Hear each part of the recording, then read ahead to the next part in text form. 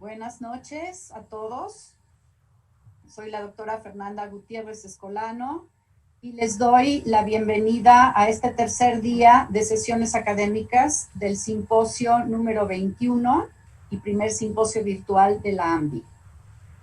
Quisiera recordarles que este es un panel interactivo y que las preguntas que deseen hacer a los ponentes las pueden ir elaborando en el transcurso de la charla e irlas poniendo en el chat que aparece en la parte baja de su pantalla. Ese chat contendrá las preguntas que podremos hacerle a los ponentes al final de cada sesión. El contenido de los temas que serán tratados hoy corresponde a tópicos de interés actual que tienen que ver específicamente con comorbilidades que se presentan como resultado de la exposición más prolongada a los fármacos antirretrovirales y que ocurren como consecuencia de la longevidad cada vez mayor de los pacientes. La doctora Priscilla Shu, con quien contamos hoy y en cuya espléndida ponencia de apertura de este simposio hace un par de días, habló de enfermedad cardiovascular y de marcadores clínicos. Nos compartirá hoy una charla que estará ligada a la anterior y que aportará también casos clínicos relacionados con estos temas. La atención de las personas que viven con VIH ha tenido que responder a situaciones específicas que son propias de poblaciones y de condiciones particulares que han ido cambiando con el tiempo, lo que constituye un reto para el personal de la salud. Y tendremos al doctor Benjamin Jung, que compartirá con nosotros su experiencia relacionada con este tema. Por otra parte, los esquemas terapéuticos son cada vez más potentes, más durables y simples, y a pesar de ello persiste el reto de la selección de esquemas robustos, especialmente para el tratamiento de pacientes que han estado largamente expuestos y a múltiples fármacos cuya población viral ha sufrido mutaciones que confieren resistencia a los fármacos de las mismas familias. En estos casos, la selección apropiada de las combinaciones farmacológicas sigue siendo crucial para mantener la supresión virológica, por lo que el conocimiento actualizado del comportamiento de la resistencia y de las opciones terapéuticas es de vital importancia. Este tema será tocado por el doctor Luis Soto. El doctor Marcelino Chávez, por su parte, hablará de los nuevos tratamientos antirretrovirales, así como de los fármacos y combinaciones más recientemente aprobados y de las perspectivas de desarrollo futuras y posibilidades terapéuticas. Finalmente, el doctor Samuel Navarro nos compartirá su experiencia y las novedades relacionadas con la coinfección VIH, hepatitis C y su tratamiento. Bueno, quisiera recordarles también que para ser acreedores de la constancia de asistencia, los participantes deben haber permanecido durante al menos 80% del tiempo total de la duración del simposio, y esto se contabiliza en nuestra plataforma de acuerdo con los datos del registro individual de asistencia. Bueno, quiero compartirles también que soy afortunada de tengo el honor de coordinar las actividades de este día en una fecha que es muy importante. Hoy es el 23 de octubre, Día del Médico, y me complace enormemente, en nombre de la AMBI, hacer llegar una calurosa felicitación en su día a mis compañeros de la mesa directiva, a todos ustedes asistentes y médicos participantes. Pero queremos también hacer esta felicitación extensiva a todos los médicos del mundo, de nuestro país, que merecen todo nuestro reconocimiento, nuestro cariño y respeto, no solo por el hecho de ser médicos, sino con el agradecimiento profundo por la labor tan importante y tan dura que realizan en este momento tan difícil de la nueva pandemia que estamos viviendo. Algunos de los aquí presentes nos ha tocado ver el nacimiento de dos pandemias, las dos pandemias más importantes y más graves de los últimos años, que son la del VIH y la de COVID-19. Muchos todavía luchan en medio de la primera, y que es la razón y el motivo por el que estamos aquí, pero tienen que afrontar también a la segunda, exponiéndose ellos y exponiendo a sus seres queridos para atender, ayudar y confortar a las personas que los necesitan. Vaya para ellos un cálido abrazo y toda nuestra solidaridad. Bueno, empezamos entonces con nuestro programa de hoy. La doctora Priscilla Shu es nuestra ponente en este momento. Ella estudió medicina en la Universidad de California de San Francisco, con la especialidad de medicina interna y cardiología. Es profesora de medicina en la Universidad de California en San Francisco, fundadora en 2004 de la Clínica de Cardiología y VIH en el Hospital General San Francisco Zuckerberg, uno de los primeros en su género en Estados Unidos. Ha publicado más de 130 artículos, es investigadora principal en diferentes proyectos de Institutos Nacionales de Salud, miembro de la Sociedad Americana de Investigación Clínica, actualmente parte de la mesa directiva. Ha sido chair de la sección de estudio de la ciencia cardiovascular integral y clínica del Instituto Nacional de Corazón, Pulmón y Sangre, miembro del Consejo de la Oficina de Investigación en SIDA del Instituto Nacional de Salud y del Comité Científico de la Fundación Sarnoff de Investigación Cardiovascular. En la Universidad de California, en San Francisco, es codirectora del Centro de Excelencia en Investigación Vascular y miembro de la iniciativa InmunoX y el Instituto de Investigación Cardiovascular. Le damos una felicitación porque ha sido recientemente nombrada como jefe de la División de Cardiología del Hospital General de San Francisco Zuckerberg y Centro de Traumatología. Doctora Shu, bienvenida. Great. Thank you so much. I'm just doing a sound check. Can everyone hear me? Muchas gracias. Estoy probando mi micrófono. Espero que me puedan escuchar y que vean mis diapositivas. Muchas gracias, doctora Gutiérrez. Muchas gracias por esta presentación. Quiero agradecer a los organizadores de este simposio. Me da mucho gusto presentarles el tema de enfermedad cardiovascular y VIH. Algunas de las diapositivas se traslapan con la presentación anterior, pero seguramente todos aprenderán algo nuevo. Esas son mis declaraciones de conflicto de interés. Si nos remontamos en la historia y vemos en la literatura, el primer caso de VIH, enfermedad cardiovascular, se reportó en 1990. Fue una persona con hemofilia y que tuvo infarto agudo del miocardio y endocarditis. 28 años después, les muestro aquí un metaanálisis de todos los estudios de VIH y enfermedad cardiovascular en el mundo. Nos muestra que una persona con VIH tiene el doble de probabilidad de desarrollar enfermedad cardiovascular. La carga de enfermedad cardiovascular que se muestra aquí en rojo se ha triplicado en los últimos 20 años. Esto es algo que es muy importante para todos nosotros como clínicos y debemos saber más. Voy a hablarles un poquito acerca de los avances recientes en insuficiencia cardíaca, colesterol, anticoagulación, antiplaquetarios e inflamación.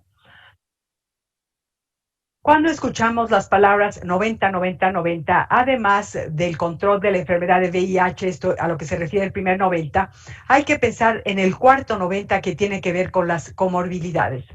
Quiero iniciar presentándoles el caso de un paciente. Es un paciente varón, 51 años con VIH, con diabetes tipo 2. Esto significa que tiene farmacodependencia, tiene insuficiencia cardíaca severa con endocarditis y viene a la consulta, se va, regresa y así. La enfermedad por VIH está mal controlada, está con dolutegravir, ha tenido hepatitis C, es usuario de metanfetaminas y tiene una situación social muy triste. Se le hizo ultrasonido del corazón y vemos la función del bombeo del ventrículo izquierdo está severamente deprimida. Podemos ver aquí estos remolinos, todo es consistente con bajo gasto cardíaco y tiene un coágulo en el ventrículo izquierdo. Quiero decirle al público, cuando ven ustedes un paciente con en la clínica, ¿qué prescribirían? Diuréticos, inhibidores de la ECA, betabloqueadores, inhibidor de neprilicina, todos los anteriores más un medicamento para la diabetes, todos los anteriores más antagonista de la aldosterona, Piensen en su respuesta y después regresaremos a ello. Se han hecho muchos estudios estudiando insuficiencia cardíaca e infección por VIH. Estos son los datos de una corte que muestra una gran población con VIH, más de 98,000 personas. La razón de momios para insuficiencia cardíaca se redujo dentro del contexto de VIH y se incluyó todo tipo de insuficiencia cardíaca con fracción de expulsión reducida, conservada o limítrofe. El riesgo fue mayor entre personas jóvenes con VIH mal controlado. Podemos pensar, bueno, en la era de la terapia antirretroviral, ¿esto modificaría el riesgo?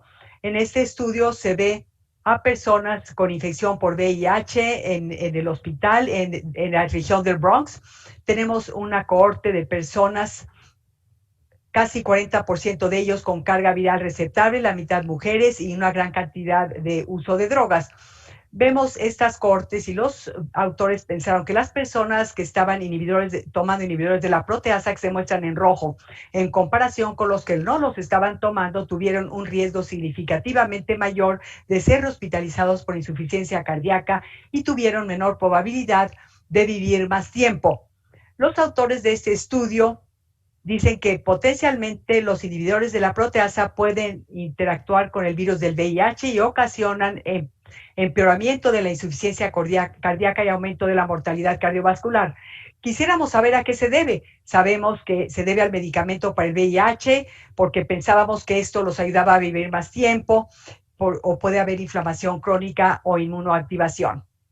En la población general, tenemos guías muy estrictas sobre el tratamiento para insuficiencia cardíaca y las quiero revisar.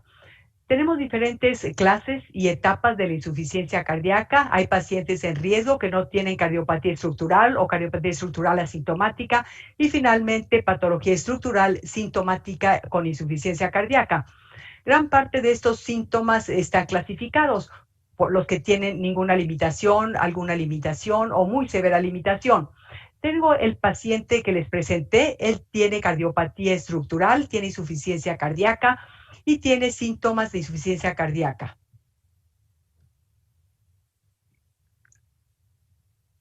Si este paciente no tiene limitación de la actividad física, ese paciente debe recibir tratamiento agresivo con medicamentos. Estos medicamentos van a incluir un inhibidor de la ECA o bien un ARA2 que va a incluir un beta bloqueador. El resto de escenarios de tratamiento hay que individualizarlo en cada paciente. Las personas, por ejemplo, de origen africano o afroamericano, pueden beneficiarse de agregar inhibidores de niprolicina. Las personas que tienen limitaciones significativas de síntomas que se exacerban pueden ser tratados con Entresto, con un inhibidor de la niprolicina. Y las personas que tienen una fracción de expulsión muy disminuida y otros hallazgos se pueden beneficiar de un desfibrilador. Estas son algunas cosas en las que piensan los cardiólogos al tratar a los pacientes. No son específicos para la infección por VIH. Uno de los grandes avances nuevos de la insuficiencia cardíaca este año es el impacto de los agentes antihiperglucémicos. Tenemos dos agentes antihiperglucémicos, los inhibidores de SGLT1 y agonistas de los receptores de GLP1. Aquí les muestro es el inhibidor de SGLT2 que actúa aumentando la diuresis. Esto ocasiona vasodilatación y también una reducción de la tensión arterial y de los eventos cardiovasculares. Los agonistas de receptores de GLP1 actúan reduciendo la ingesta y actúan sobre la motilidad gástrica y actúan sobre la glucosa postprandial.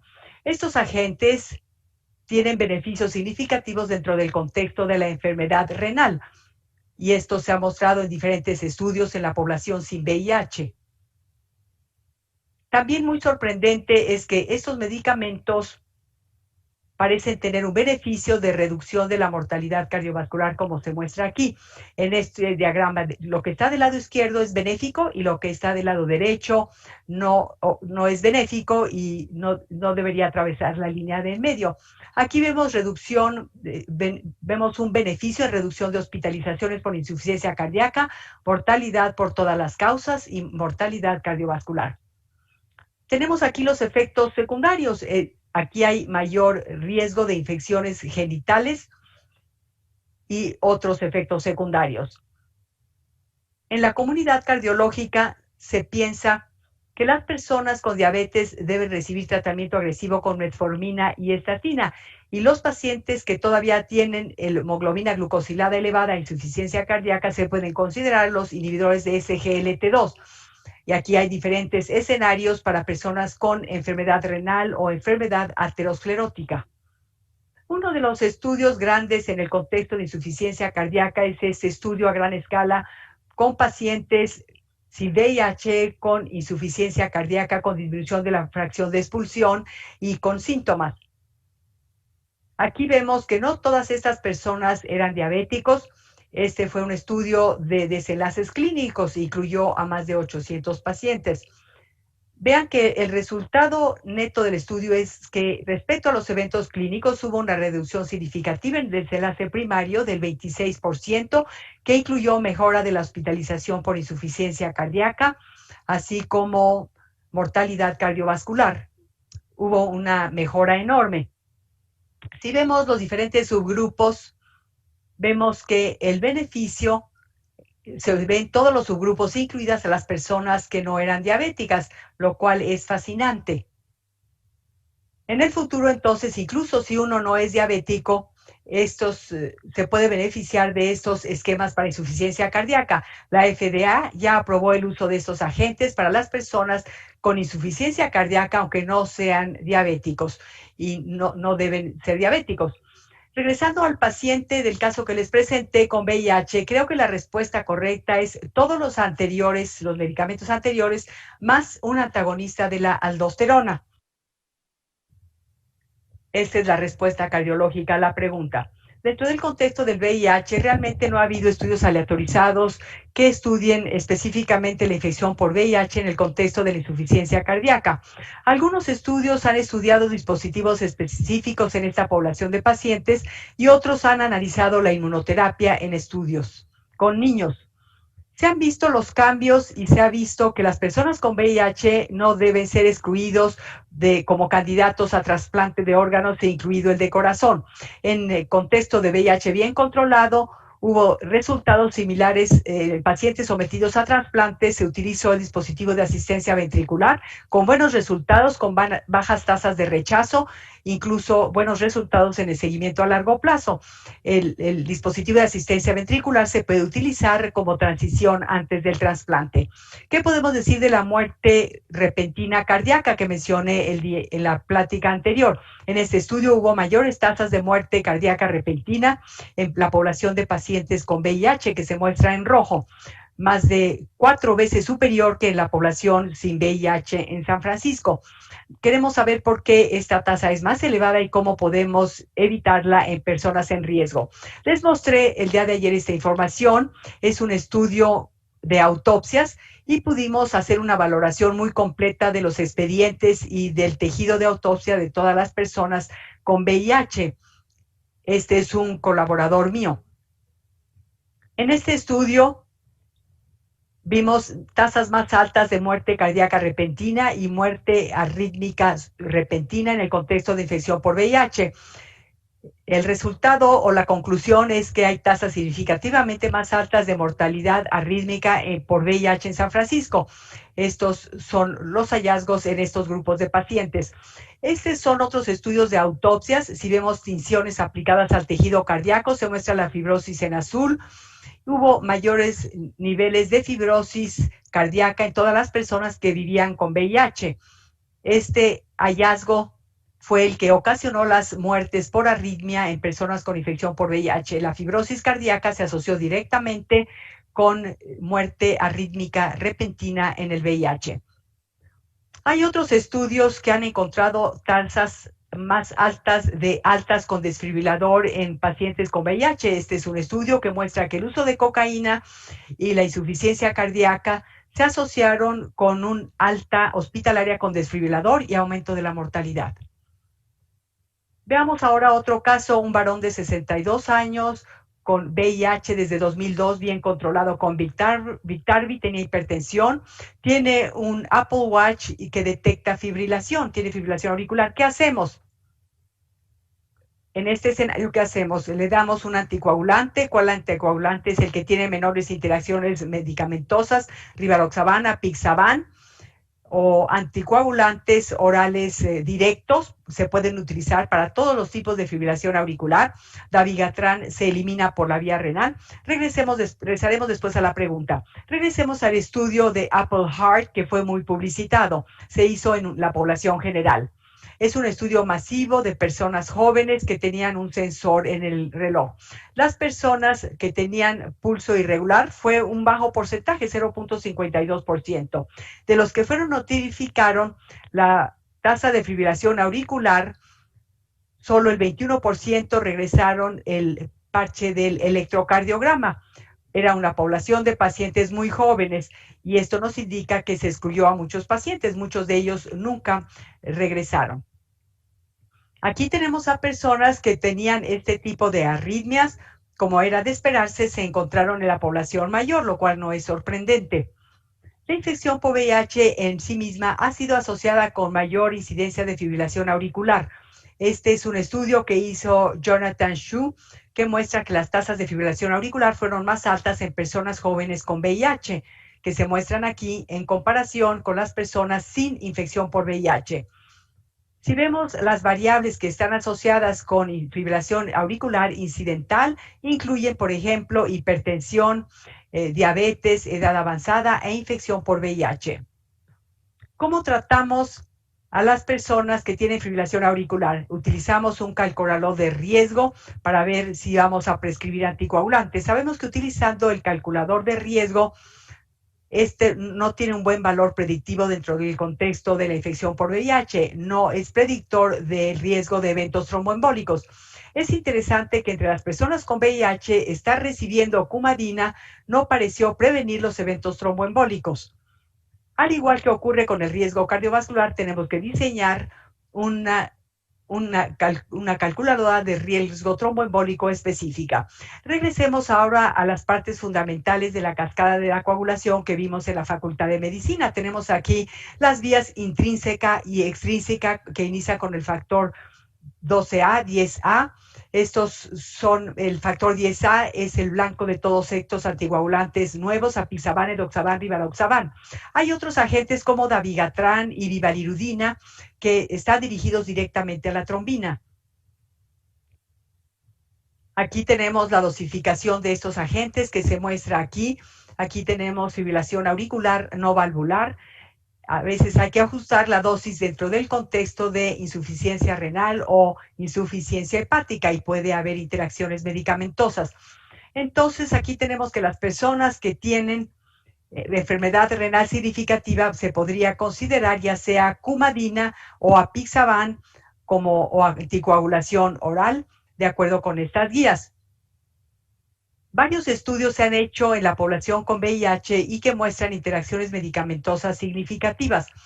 La mayoría de ellas ocurren dentro del contexto de apixaban, que es un sustrato del citocromo P3A4, así como con rivaroxaban. Son interacciones que ocurren con inhibidores de la proteasa. Este es una muy buena referencia para ver las interacciones medicamentosas. Este es solo un ejemplo de un paciente o de un fármaco. Recuerden que hay fármacos que no se utilizan por las interacciones significativas. Aquí tenemos que para los inhibidores de la proteasa siempre hay que evitar apixaban y potencialmente dabigatran, como vemos aquí. Y en verde tenemos los fármacos seguros. Tenemos aquí los inhibidores de la integrasa, particularmente Biktarvy, dolutegravir y raltegravir. No parecen tener interacciones medicamentosas significativas. Se han hecho algunos estudios analizando estos agentes para anticoagulación y fibrilación auricular. Algunos estudios incluyen dabigatran y terapia antirretroviral. Es muy importante pensar en las interacciones medicamentosas y dabigatran probablemente es la alternativa más inocua en el contexto de infección por VIH. Generalmente nos gusta iniciar con una dosis baja, ir monitoreando e ir aumentando la dosis hasta esta dosis 2 veces al día. Este es otro caso del paciente. En el caso de este paciente, ¿cuál sería el siguiente paso? Dije previamente que dabigatran es el que tiene menos interacciones y no rivaroxaban o apixaban. en los anticoagulantes orales directos se pueden utilizar para todos los tipos de fibrilación auricular, pero únicamente para fibrilación auricular no valvular. Y es cierto que dabigatran se elimina por la vía renal. Veamos ahora el caso de otro paciente, un paciente con VIH, con dolor precordial, está teniendo un infarto, con cambios dinámicos en el electrocardiograma, va al cateterismo, se le coloca un stent. ¿Qué tipo de esquema antiplaquetario hay que prescribirle? Del lado derecho tengo diferentes antiplaquetarios, tenemos los de acción directa como ticagrelor y cangrelor, que se absorben por la vía intestinal. Tenemos otros agentes que son profármacos que se convierten a su forma activa como prasugrel y clopidogrel. Todas estas son opciones. Piensen ustedes en algunas de estas respuestas. Podríamos dar aspirina solo, aspirina y clopidogrel, aspirina y prasugrel, aspirina y ticagrelor. Después regresaremos a las preguntas. Igual que ocurre con los demás anticoagulantes, hay interacciones medicamentosas significativas con antiplaquetarios e infección por VIH.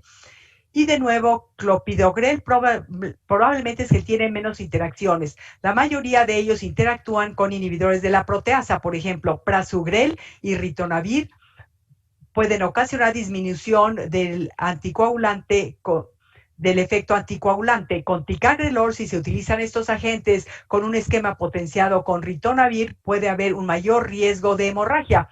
Si el paciente está recibiendo un inhibidor de la proteasa, clopidogrel, que también se conoce como Plavix, podría ser el agente más seguro. Esto les muestra que podría haber niveles más elevados de reactividad plaquetaria con los diferentes agentes. Creo que Plavix o clopidogrel en el contexto de VIH sería lo mejor. En esta página de internet pueden ustedes buscar las interacciones medicamentosas. Para los inhibidores de la integrasa hay pocas excepciones, con excepción de raltegravir. Ya hablamos de algunas de estas interacciones medicamentosas en el contexto del uso de inhibidores de la proteasa también. La conclusión es que clopidogrel probablemente sea el agente más inocuo y ticagrelor es el menos inocuo. Prasugrel también es bastante inocuo. Prasugrel, en términos generales, parecería que es el que tiene menos interacciones medicamentosas.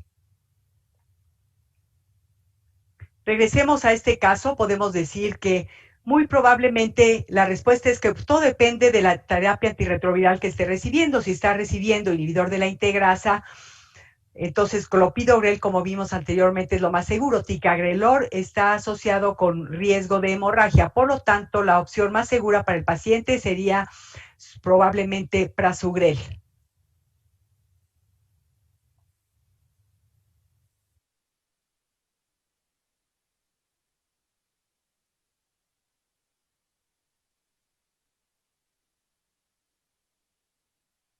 ¿Me pueden escuchar todavía? Bueno, se trata de un varón de 69 años con hipertensión, hiperlipidemia, diabetes. Está bien tratado y suprimida su infección por VIH. Tiene dolor precordial, viene y se le pone un stent en la arteria coronaria.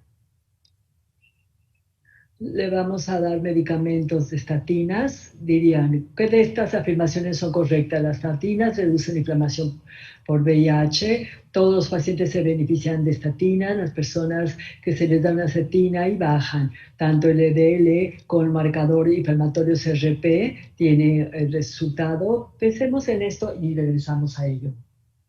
Lo interesante es que aún como una VIH moderada, se pueden usar las estatinas. Y a este estudio analizó a personas con VIH o hepatitis C o la combinación, encontrando que aún aquellos que cumplían con los criterios para estatinas, la mitad de ellos tienen coinfección con hepatitis B, no se les está tratando con las estatinas. Y si vemos en toda la población con VIH, 25% de las personas que debían haber recibido una estatina no se les estaba tratando con estatinas. Y de hecho, con el tiempo, si vemos del 2000 al 2015, 2007 a 2015, El número de interacciones medicamentosas entre personas con una estatina en particular no debería ser así debido a los esquemas retrovirales. Ese porcentaje de individuos con medicamentos contraindicados van reduciendo con el tiempo, no tanto porque reducen el inhibidor. Y comenzamos en el 2013 y 2015, seguramente porque hay mayor uso de las estatinas. Lo interesante, si vemos infección por VIH, hay estudios más pequeños y la mayoría de ellos muestran que las estatinas bajan el LDL, pero no tienen un impacto importante en los marcadores de inflamación. No hay cambios importantes en CRP y L6 o de dímero D. Entonces, ¿acaso las estatinas van a bajar las vías inflamatorias en caso de VIH? Pues como dije ya,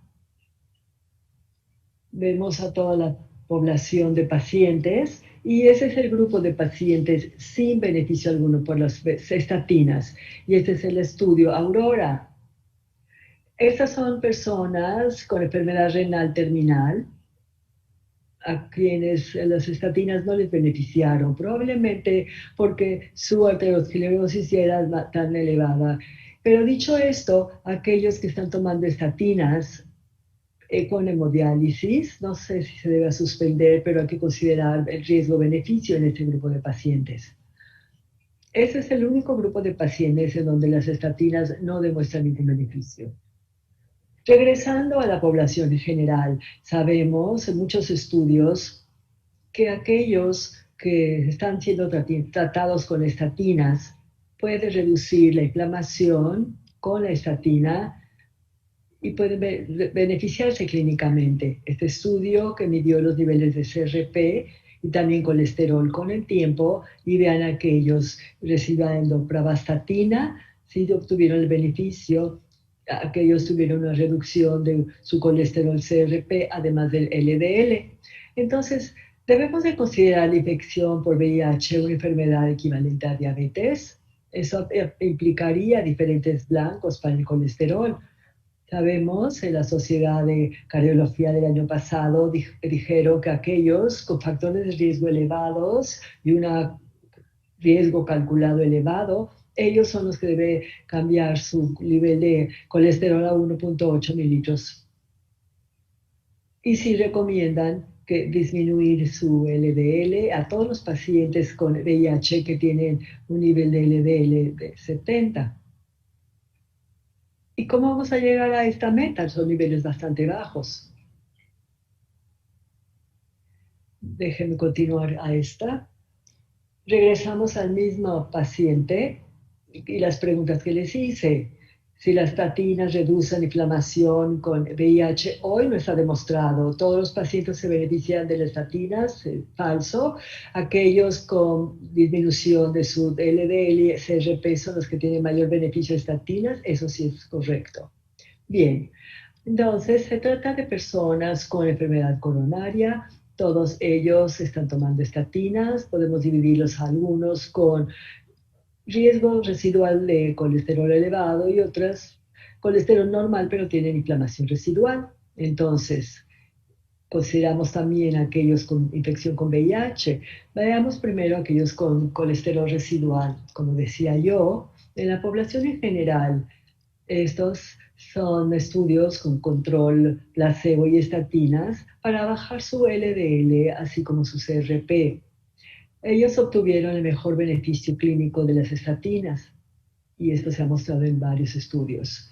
Y de hecho, hace 15 años, en el 2005, pensábamos que una terapia con estatinas podría ser lo mejor para disminuir la inflamación. Continuemos. Pero interesante, hay muchos compuestos que han surgido después de ellas. Primero podemos hablar del PCNK9, estas nuevas moléculas. Estamos aquí en la superficie del hepatocito. Podemos ver nuevos compuestos que son anticuerpos a PCSK9, son medicamentos inyectables, no hay interacción medicamentosa y pueden disminuir también el colesterol LDL significativamente. Otra clase de fármacos, además de los PCSK9, Se han desarrollado moléculas pequeñas, inclisiran, se inyectan nada más una vez cada 6 meses.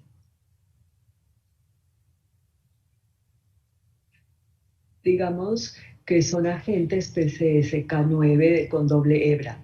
En la población en general, los inhibidores de PCSK9 se han estudiado en estudios clínicos grandes para mostrar importantes reducciones en eventos cardiovasculares. Ven aquí el LDL diana de 25 a 50 miligramos. Y en este estudio hubo una 15% de reducción en la recurrencia de eventos isquémicos. Recientemente, 2 estudios clínicos con inclisiran, con las moléculas de RNA, se han estudiado. Se trata de personas, unos de Estados Unidos y otros de otros países, con niveles de LDL de 100 y un puntaje de riesgo de 20%, los medicamentos además de estatinas, y la inyección se realizó poco frecuentemente. Y ahora la inyección se da cada 6 meses, mostrando una disminución 50% del colesterol LDL, lo que es bastante increíble. Hubo algunas reacciones en el sitio de inyección. Pensamos entonces para el futuro, ¿acaso las inyecciones 2 veces al año para el colesterol será también para los pacientes con VIH y será mejor para nuestros pacientes para que no haya interacción medicamentosa? Otro estudio con los inhibidores PCSK9 con impacto tanto en la inflamación arterial y también la placa y la arteria coronaria. Aquí se han visto los resultados pronto, esperamos.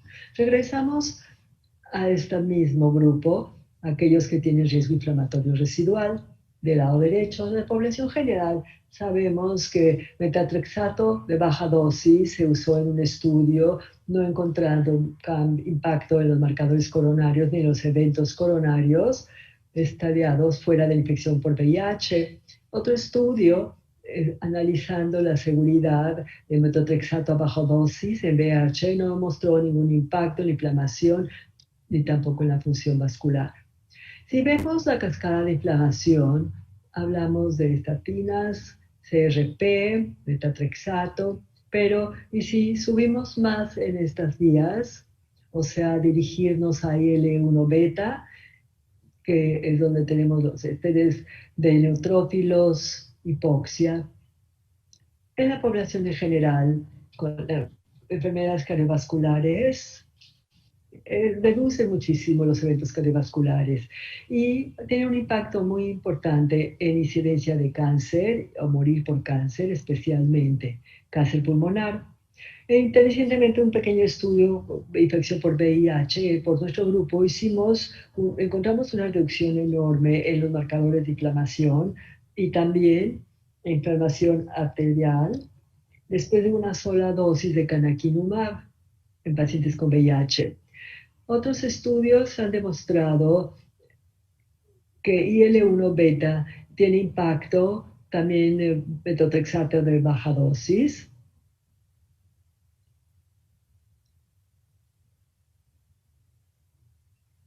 En general, VIH y enfermedades cardiovasculares tienen muchas vías que se traslapan y tenemos que ver en las personas con infección por VIH, son modelo de enfermedad crónica, inflamación crónica, y esto nos lleva más a las etiologías de enfermedad cardiovascular.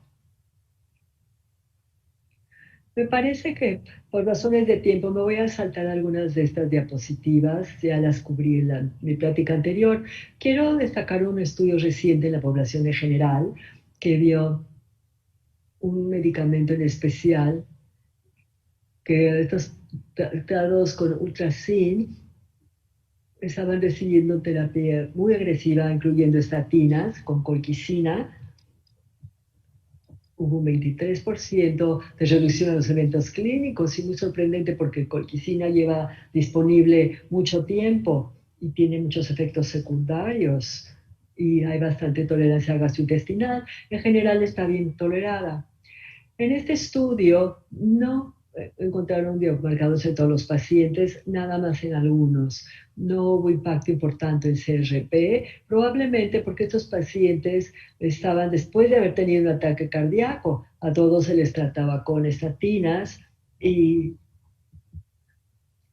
todos con marcadores se les había tratado. Y recientemente, este año, un estudio que estudió la colquicina en pacientes con coronariopatía crónica, administrándoles 0.5 miligramos por día con 31% de reducción en eventos cardiovasculares, ciertas limitaciones en el estudio que también se conocen como bajos resultados, y también otro estudio en donde no midieron los marcadores inflamatorios en mujeres. Hablemos de otro caso. Se trata de un varón caucásico con su primera experiencia de tratamiento con terapia de integrasa, con su colesterol total, su LDL de 157, presión arterial 145/91, exfumador, y no se le ha tratado con medicamentos antipresión. ¿Cómo evaluar su riesgo? Que imagínense al paciente despertarse tomando una inhibidor de integrasa y esto agrava sus riesgos cardiovasculares. Muchos de nosotros sabemos estas calculadoras tradicionales de riesgo no son tan exactas en pacientes con VIH. Muchas subestiman el riesgo, especialmente en el riesgo intermedio alto. Y es posiblemente porque se enfocan únicamente en las vías conocidas. Uno de los puntos de riesgo que yo utilizo es estimador de riesgo ACCDD. Me gusta porque calcula no nada más el riesgo general, sino también el riesgo de mortalidad. Y muestra que si el paciente tuviera una presión arterial perfecta, tomando hipolipemiantes, pues seguramente por eso tiene buenos resultados, conectan los datos y los riesgos del paciente, no está tan elevado aquí a 10 años, 7.3%, pero sí en enfermedad cardiovascular es muy elevado, 46%, y todos sus factores de riesgo modificables, perfecto, pero pueden ver bajo su riesgo 1.7%, así es que es una excelente manera de motivar a los pacientes o que dejen de fumar o que disminuyan su colesterol. Y aquí vemos si está tomando medicamentos para presión arterial, ese es su riesgo. Si está tomando estatinas, ese es su riesgo proyectado. Calcula también su riesgo específico de VIH usando también DAD, y aquí es de 20%. Sabemos que muchos inhibidores de integrasa ha habido muchos cambios de peso, y sé que se va a hablar del tema más adelante, en esta misma sesión. Así es que, ¿acaso hay un regreso a la salud o es un riesgo de obesidad? ¿Y qué riesgos cardiovasculares están asociados? En la población en general sabemos que la obesidad aumenta. Los factores de riesgo tradicionales, así como enfermedad cardiovascular, se asocian mucho con el síndrome metabólico, también calcificación coronaria. Y por supuesto, el mayor riesgo cardiovascular se ha descrito en pacientes que viven con infección por VIH. Todos estos grasa epicárdica lleva también a acumulación, a fibrosis que puede causar enfermedad cardiovascular también, coronariopatía, dislipidemia, insuficiencia cardíaca. En estrategias para obesidad, no exista una terapia, un tratamiento, ciertos tratamientos que ya han sido demostrados claramente. Hay cirugía bariátrica, el agonista del receptor de GLP-1, en algunos estudios ha mostrado que reduce eventos, y también receptores de serotonina, que reduce el peso, pero tal vez no tenga impacto en eventos cardiovasculares. Utilizando la calculadora de riesgo tradicional que evalúa el riesgo cardiovascular en VIH, este estudio lo muestra que aquellos con enfermedad carotidia significativa se usa la calculadora tradicional de riesgo. Falla la terapia recomendada de estatinas en casi 2/3 partes de los individuos. Así es que es posible que en aquellos de alto riesgo se pueda considerar mejor hacer imagenología para evaluar su riesgo cardiovascular, que incluye las imágenes carotidias. Regresamos al paciente. decía yo cuál era la mejor manera de evaluar su riesgo cardiovascular. Podríamos haber considerado el calculador de riesgo ASCVD o también sopesar su riesgo cardiovascular. ¿Y la aspirina la seguiremos usando para prevención primaria, sí o no? La aspirina previene cáncer. La evidencia de la aspirina es en pacientes de mayor edad, mayores a 70 años, y la aspirina baja dosis no debe administrarse sistemáticamente como prevención primaria de enfermedad cardiovascular en personas de 40 a 70 años de edad. Y aquí tenemos un gran cambio en la literatura en los últimos años. Ahora ha habido muchos estudios que hablan del beneficio y riesgo de la aspirina en la población general, en la prevención primaria. Y no vemos gran impacto en la prevención primaria si vemos mayor hemorragias. Así es que, pues es posible que para evitar la enfermedad cardiovascular no se debe usar aspirina. Si vemos las guías, podríamos pensar en la aspirina sopesando el riesgo de hemorragia en aquellos con mayor riesgo y no tienen riesgo de hemorragia. Pero la aspirina se ha estudiado como otras estrategias anticoagulantes en el VIH sin mostrar impacto grande en marcadores inflamatorios. Regresamos al mismo paciente. Es cierto, no puede prevenir cáncer en las personas, eso sí es cierto, pero si hay evidencia de aspirina baja dosis, es falso. Tenemos un paciente con presión arterial 137/82. Le podemos preguntar, ¿qué quieres para bajar la presión? ¿Quieres medicamentos? Tiene 140/90, después bajó a 120/80. Depende de su riesgo en la calculadora. Entonces, el Colegio Americano de Cardiología publicó estas guías hace 2 años y dicen que aquellos con presión arterial de 130/80 se debe de considerar como hipertensión.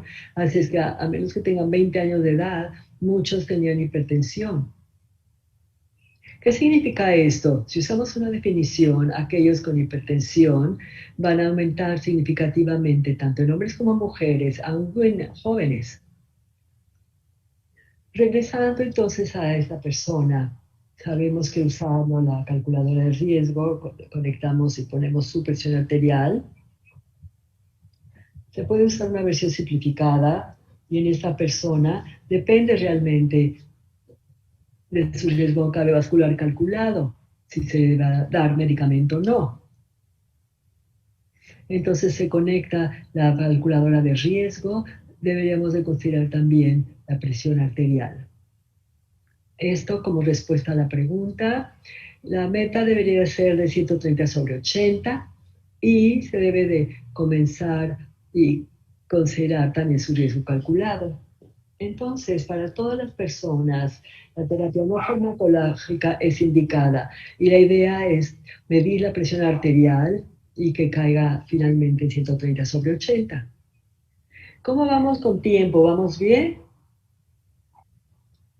Avíseme por favor cuando quieran que me detenga. No estoy siguiendo el tiempo. En Estados Unidos me sorprendió mucho esto que se publicó hace 2 años, que dicen que los afroamericanos que trabajan con sus barberos, peluqueros y también farmacéuticos en ese estudio tienen una excelente habilidad para disminuir su presión arterial comparada con otros individuos. Esto nos recuerda un poco que entre las personas con VIH hay maneras en que podamos trabajar con las comunidades para ayudarles a reducir sus factores de riesgo cardiovasculares. Podríamos diseñar algo similar a esto en aquellos con infección por VIH. Me voy a saltar esta por razones de tiempo. Y este es mi último caso. Un varón con VIH bien tratado, se le hace una tomografía y muestra un bloqueo en uno de sus vasos, es sumamente activo, no tiene falta de aire apnea. ¿Cómo lo tratemos? Le hacemos una cateterización, un cateterismo, un stent, le cambiamos el medicamento antirretroviral, le damos terapia medicamentosa para enfermedad cardiovascular. Regresaremos a esto. Ha habido muchos estudios recientemente. Hacemos intervención en pacientes con catéteres, stent o su terapia medicamentosa. La cambiamos. Este estudio lo considero, y aquí se puede ver una definición más clara. Aquellos tratados nada más con medicamentos tuvieron los mismos resultados que aquellos tratados con cateterismo y medicamentos. O sea que otro estudio publicado al inicio de este año, que se llamó Isquemia, publicado en el New England Journal of Medicine, estudiando pacientes con isquemia inducible, con imagenología, y se les aleatorizó a terapia óptima y cateterismo, nada más tratamiento médico. Y básicamente no se encontraron diferencias entre los dos brazos en cuanto a cualquier evento cardiovascular. Casi el resultado fue igual. El mensaje de esto es: ¿cuáles son los estudios más grandes hechos alguna vez de stents contra medicinas? No hubo mejora en la sobrevida con respecto al stent. Hubo limitaciones en el estudio, por supuesto. Entonces, un punto es que la angioplastía y la cirugía cardíaca sí mejoró, pues mejoró la angina. Regresamos a este paciente que tenía el bloqueo. ¿Qué deberíamos de hacer? Pues las guías nos sugieren que se debe poner en terapia medicamentosa agresiva, desarrollo síntomas, y ese es otro tratamiento. Ya cubrimos esto. Nada más quiero mencionarles que en la plática de ayer hablamos de este espectro de enfermedad cardiovascular y VIH ha cambiado conforme ha evolucionado el tratamiento de VIH de los días primeros antirretrovirales a la generación de esquemas de antirretrovirales. Ahora ya hay inhibidores de integrasa, vemos más bien insuficiencia cardíaca y muerte por arritmia, y sí, veremos qué complicaciones cardiovasculares veremos en el futuro, especialmente ahora que tenemos los inhibidores de integrasa.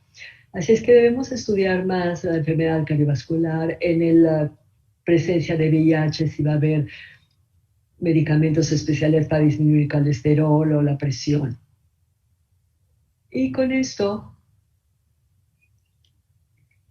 hemos hablado de diferentes terapias para VIH y enfermedad cardiovascular, viendo factores de riesgo tradicionales y también estrategias para tener impacto en la inflamación, así como terapias medicamentosas y aquellas que también están dirigidas a los vasos sanguíneos. Con esto termino mi tiempo y quiero agradecerles mucho por su atención.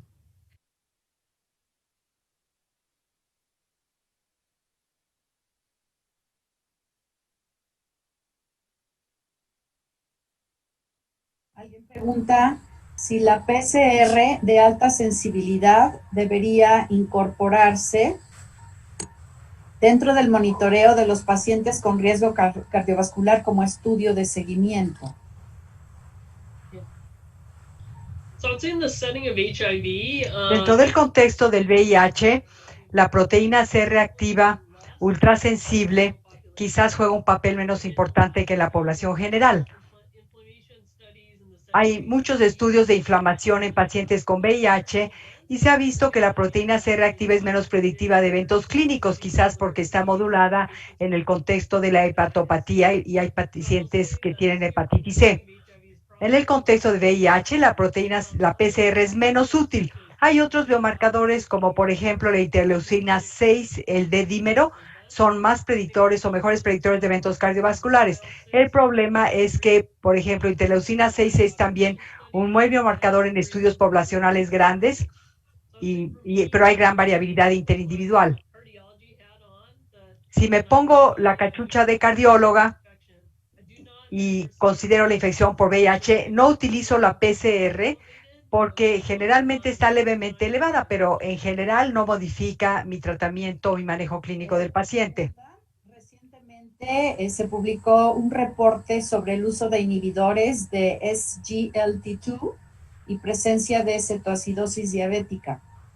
¿Esto es común con cualquier fármaco de este grupo o con alguno específicamente?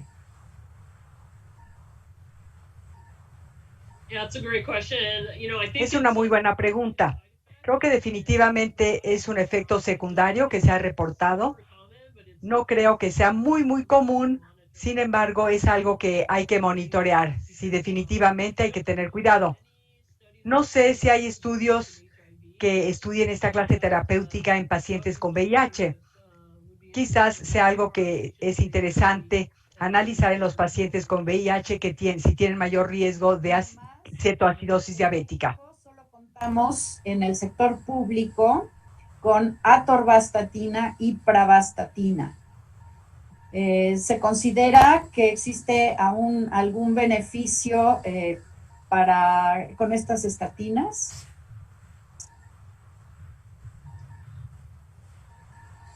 So in the setting of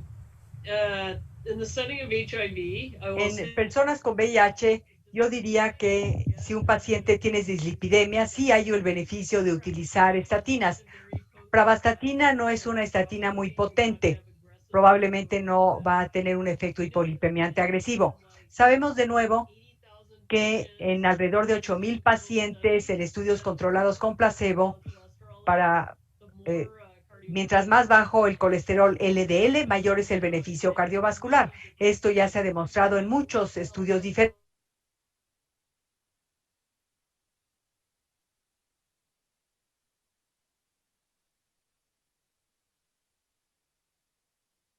De ambas estatinas, atorvastatina y pravastatina. Hay que darnos cuenta de que la pravastatina no es una estatina muy potente.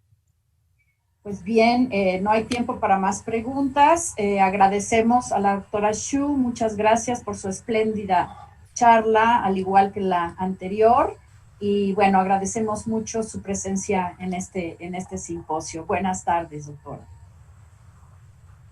Thank you so much for having me. Gracias por invitarme.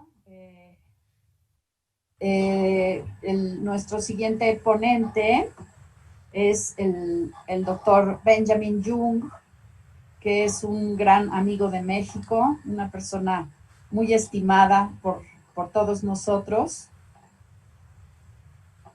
Y bueno,